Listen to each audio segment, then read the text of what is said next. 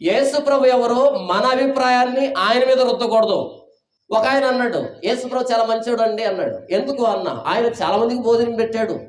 ఆయన చాలా మందికి భోజనం పెట్టాడంట, అన్నదాన కార్యక్రమాలు చేశాడంట. ఒరే నాయన, అవి అన్నదాన కార్యక్రమాలు కాదురా, నేను మెస్సియా అని చెప్పడానికి చేసిన సూచనలు. అదంతా నాకు తెలియదప్ప. ఆయన ఆకలి అయ్యే వాళ్ళకు భోజనం పెట్టాడు, నాకు అదే చాలు. ఆయన అన్నదాత.